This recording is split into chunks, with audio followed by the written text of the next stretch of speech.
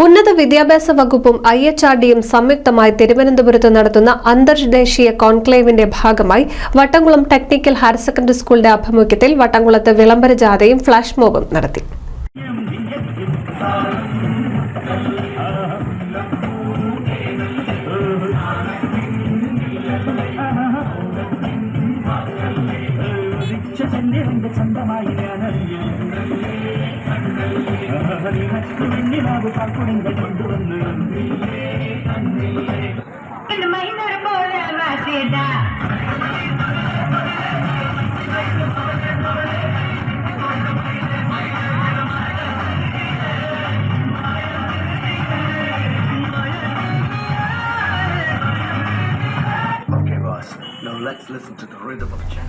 ഗ്രാമപഞ്ചായത്ത് president MA Najeeb ഉദ്ഘാടനം ചെയ്തു.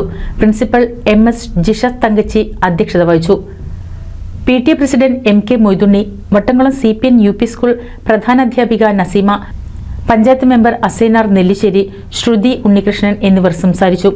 അന്താരാഷ്ട്ര കോൺക്ലേവിന്റെ ഭാഗമായി മെഗാ എക്സ്പോ, ഫുഡ് ഫെസ്റ്റ് എന്നിവ ചൊവ്വാഴ്ച സ്കൂളിൽ നടക്കും. NCV news Edappal.